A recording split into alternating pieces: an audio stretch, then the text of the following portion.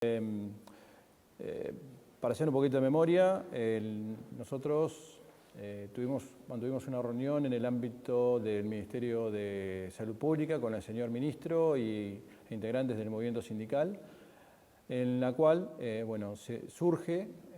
un ámbito de negociación y de intercambio que en aquel momento quedó programado para reunirse hoy viernes y venimos de ahí de esa reunión. En la medida que el ámbito de participación del sindicato médico en instancias oficiales para realizar nuestros aportes y tener el intercambio con las autoridades sobre la marcha de esta situación de emergencia sanitaria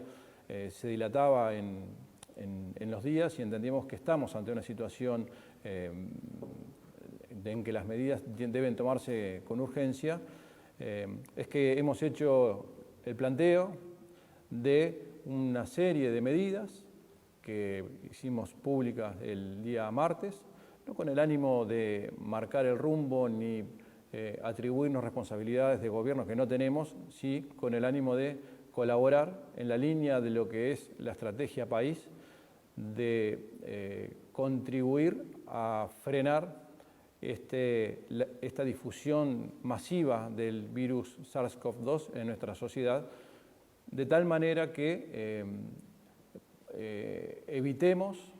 la afluencia de pacientes en forma abrumadora al sistema de salud, como nos muestra la experiencia de lo que está ocurriendo en distintos países en el mundo. En ese sentido, en el día de ayer mantuvimos una conversación con el señor ministro de Salud, el doctor Salinas, donde se nos plantea que esta postura, este planteo del sindicato médico fuera fundamentado en un documento para contar con mayores herramientas de análisis, además de las que ya cuenta el Ministerio de Salud Pública, para ir fundamentando las decisiones políticas que el gobierno va tomando. Y de esa manera, hemos trabajado intensamente en las últimas horas para acercar primero al señor ministro directamente hoy a mediodía y ahora en este ámbito de discusión intersectorial que hemos mantenido en el Ministerio de Salud Pública, una propuesta con la fundamentación de la posición del sindicato médico, del colectivo médico y entendemos que recoge la postura de gran parte de la sociedad en este sentido, con nuestra visión sobre la marcha de las medidas que la sociedad viene tomando para paliar esta crisis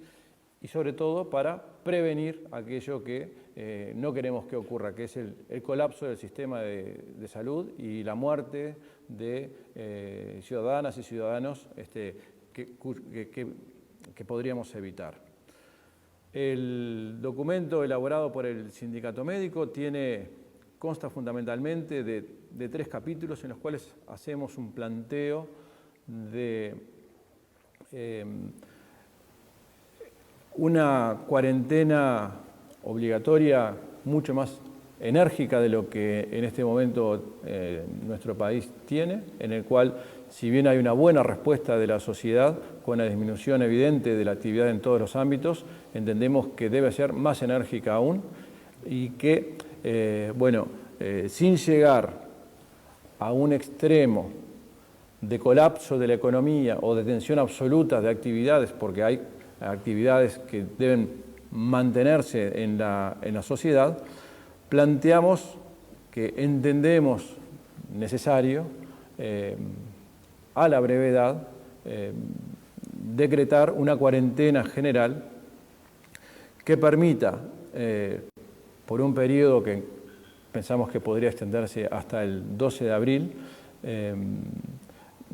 observando lo que ocurre en otros países, en estas situaciones críticas y en los cuales la demora en tomar esta decisión se ha traducido en enfermedad y muerte,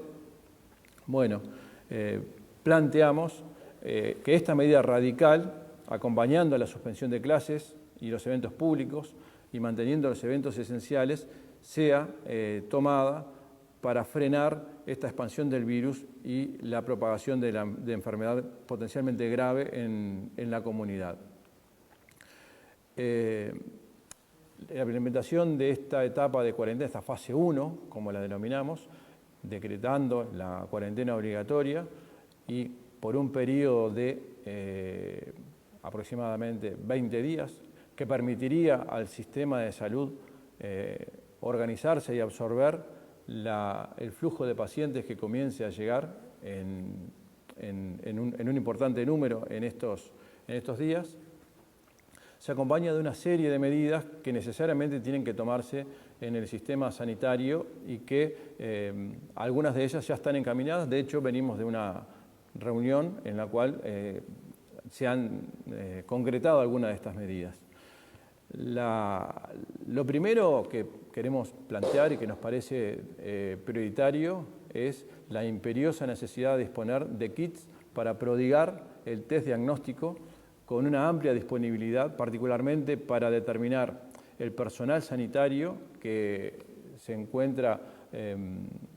una etapa de contagio por el exportador del virus SARS-CoV-2 y aquellos que no, porque es muy importante determinar que el personal sanitario se pueda mantener en su lugar de trabajo como lo establece la experiencia de que es absolutamente imprescindible estar en esa primera línea para poder asistir a la población. En ese sentido, los anuncios realizados hoy en la conferencia de prensa del MSP, ACE y la UDELAR de disponer en el transcurso de los próximos días una cantidad importante de test diarios de varios cientos, creemos que va en consonancia con esta medida porque la implementación de la cuarentena y fundamentalmente la restitución a la actividad de la sociedad luego de la cuarentena tiene que tener una validación importante de confirmación o descarte de ser portador o no del virus para no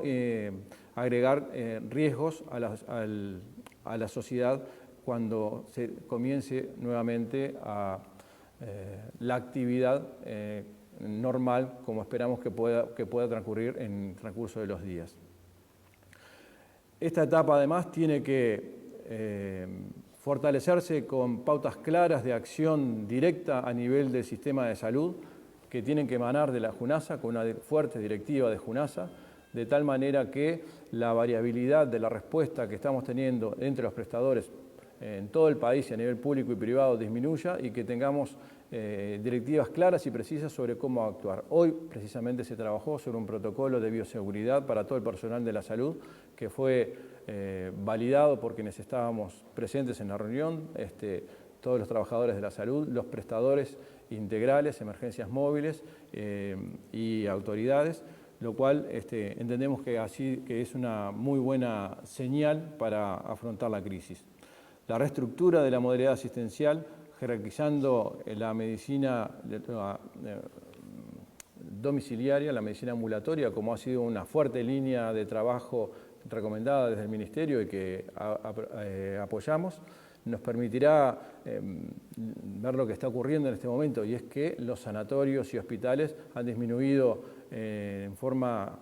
muy importante el tránsito de personas y las posibilidades de contagio a nivel sanatorial. Recordamos que en países como Italia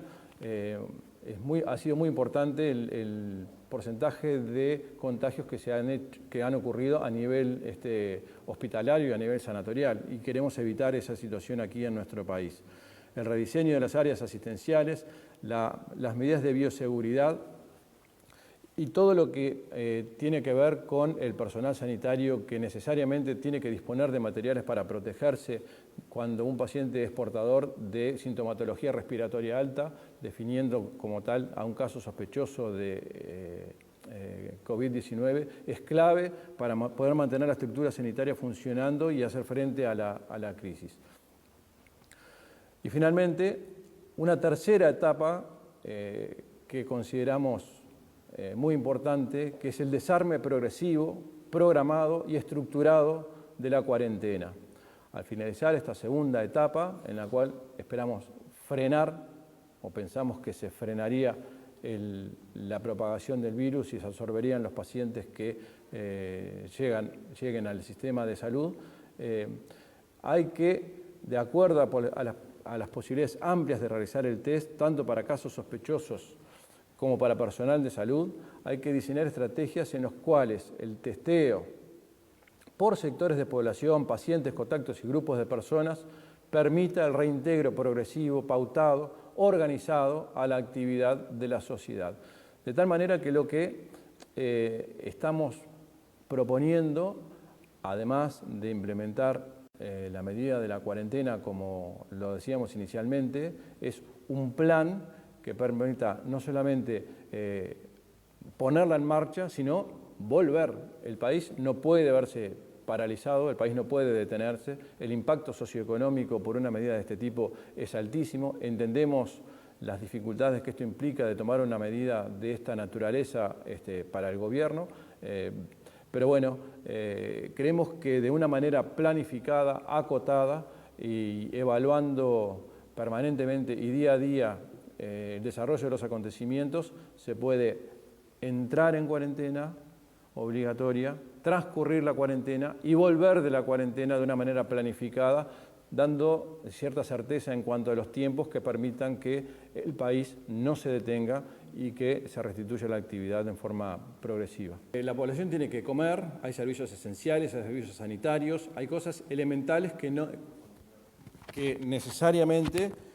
tienen que seguir funcionando.